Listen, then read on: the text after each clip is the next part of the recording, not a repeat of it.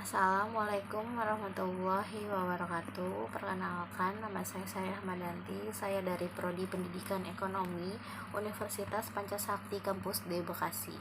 Di sini saya akan menjelaskan materi tentang kurikulum. Kurikulum adalah perangkat mata pelajaran dan program pendidikan yang diberikan oleh suatu lembaga penyelenggara pendidikan yang berisi rancangan pelajaran yang akan diberikan kepada peserta pelajaran dalam suatu periode jenjang pendidikan. Penyusunan perangkat mata pelajaran ini disesuaikan dengan keadaan dan kemampuan setiap jenjang pendidikan dalam penyelenggaraan pendidikan tersebut serta kebutuhan lapangan kerja. Pengertian kurikulum itu sendiri pada awalnya mulanya istilah kurikulum dalam dunia olahraga, khususnya atletik, pada zaman Yunani kuno.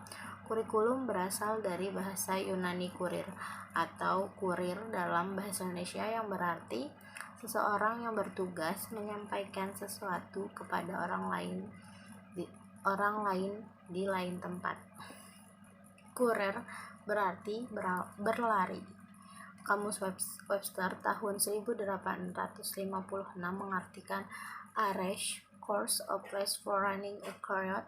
Kurikulum diartikan suatu jarak yang ditempuh oleh pelari, tapi juga suatu kereta pacu pada zaman dahulu, suatu alat yang membawa seseorang dari tempat start ke tempat finish. Selanjutnya, dasar-dasar kurikulum. Dasar atau asas kurikulum adalah kekuatan utama yang memengaruhi dan membentuk materi kurikulum, susunan atau organisasi kurikulum. Herman H. Horne memberikan dasar atau asas kurikulum dengan 3 macam, yaitu yang pertama dasar psikologis, yaitu digunakan untuk mengetahui kemampuan yang diperoleh dari pelajar dan kebutuhan anak didik. Yang kedua, dasar sosiologi, yang digunakan untuk mengetahui tuntutan yang sah dari masyarakat. Yang ketiga, dasar filosofis, yang digunakan untuk mengetahui keadaan alam semesta tempat kita hidup.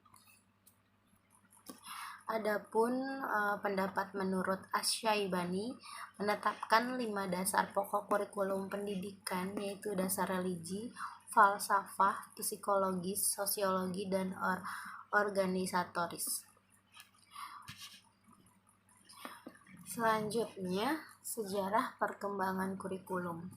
Dalam suatu sistem pendidikan, kurikulum itu sifatnya dinamis, serta harus selalu dilakukan perubahan dan pengembangan agar dapat mengikuti perkembangan dan tantangan zaman. Meskipun demikian, perubahan dan pengembangannya harus dilakukan secara sistematis, terarah, tidak asal berubah. Sejarah kurikulum di Indonesia sudah melalui perjalanan panjang. Sejarah mencatat perubahan tersebut mulai tahun 1947, 1952, 1964, 1975, 1975, 1984, 1994, 2004, 2006, dan yang paling baru adalah kurikulum 2013. Masalahnya, apabila beragam perubahan dalam bidang kurikulum yang telah diupayakan pemerintah kandas di tengah jalan, bagaimanakah nasib kurikulum 2013? Dengan demikian, agar tidak memiliki nasib yang sama, untuk itu pemerintah harus mengusahakan secara optimal agar para pelaksana kurikulum di lapangan, terutama para guru, bisa memahami ide-ide yang terkandung dalam kurikulum dengan baik dan benar. Selanjutnya, komponen kurikulum. Kurikulum merupakan suatu sistem yang memiliki komponen-komponen tertentu. Sistem kurikulum terbentuk oleh 4 komponen. Yang pertama, komponen tujuan. Yang kedua, isi kurikulum. Yang ketiga, komponen metode atau strategi. Yang keempat, penyampaian tujuan, dan komponen evaluasi. Sebagai suatu sistem ini, setiap komponen harus saling berkaitan satu sama lain. Yang pertama, komponen tujuan. komponen tujuan berhubungan dengan arah atau hasil yang diharapkan. Dalam skala makro, rumusan tujuan kurikulum erat berkaitannya dengan filsafat atau sistem nilai yang dianut masyarakat. Bahkan, rumusan tujuan yang menggambarkan suatu masyarakat yang dicita-citakan. Misalnya, filsafat atau sistem nilai yang dianut masyarakat Indonesia adalah Pancasila. Maka, tujuan yang diharapkan tercapai oleh suatu kurikulum adalah terbentuknya masyarakat yang Pancasilais. Yang kedua, komponen isi materi pelajaran. Isi kurikulum merupakan komponen yang berhubungan dengan pengalaman belajar yang harus dimiliki siswa. Isi kurikulum itu menyangkut semua aspek baik yang berhubungan dengan pengetahuan atau materi pelajaran yang biasanya tergambarkan pada isi setiap materi pelajaran yang diberikan maupun aktivitas dan kegiatan siswa. Yang ketiga, komponen metode atau strategi. Strategi dan metode merupakan komponen ketiga dalam pengembangan kurikulum. Komponen ini merupakan komponen yang memiliki peran yang sangat penting sebab berhubungan dengan implementasi kurikulum. Yang keempat, yang terakhir adalah komponen evaluasi.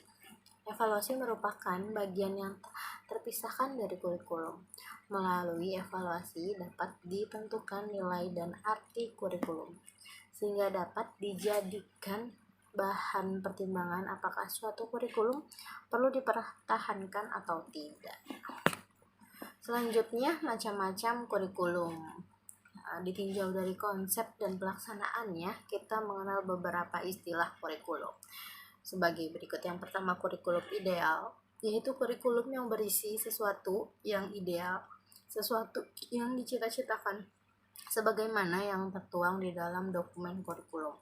Yang kedua, kurikulum aktual, yaitu kurikulum yang dilaksanakan dalam proses pengajaran dan pembelajaran. Kenyataannya pada umumnya memang jauh berbeda dengan harapan. Yang ketiga, kurikulum tersembunyi, hidden kurikulum, yaitu segala sesuatu yang terjadi pada saat pelaksanaan kurikulum ideal menjadi kurikulum faktual. Yang keempat, kurikulum terpisah-pisah.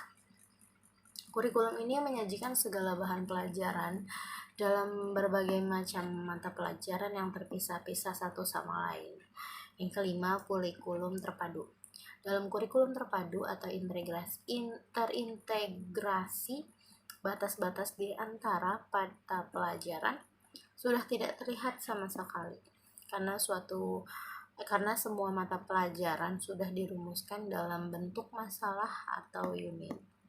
Yang keenam, kurikulum toleransi, yaitu kurikulum yang menekankan perlunya hubungan di antara dua atau lebih mata pelajaran tanpa menghilangkan batas-batas setiap mata pelajarannya.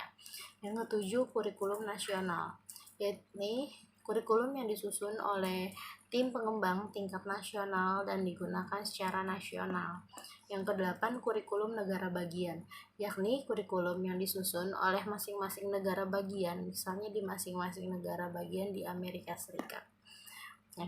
Yang kesembilan, kurikulum sekolah, yakni kurikulum yang disusun oleh satuan pendidikan sekolah. Kurikulum tingkat satuan pendidikan atau KTSP merupakan kurikulum sekolah. Selanjutnya, tujuan kurikulum itu sendiri. Tujuannya pada dasarnya merupakan tujuan setiap program pendidikan yang diberikan kepada anak didik. Karena kurikulum merupakan alat untuk mencapai tujuan, maka kurikulum harus dijabarkan dari tujuan umum pendidikan. Oke, cukup sekian penjelasan dari saya. Kurang lebihnya mohon maaf.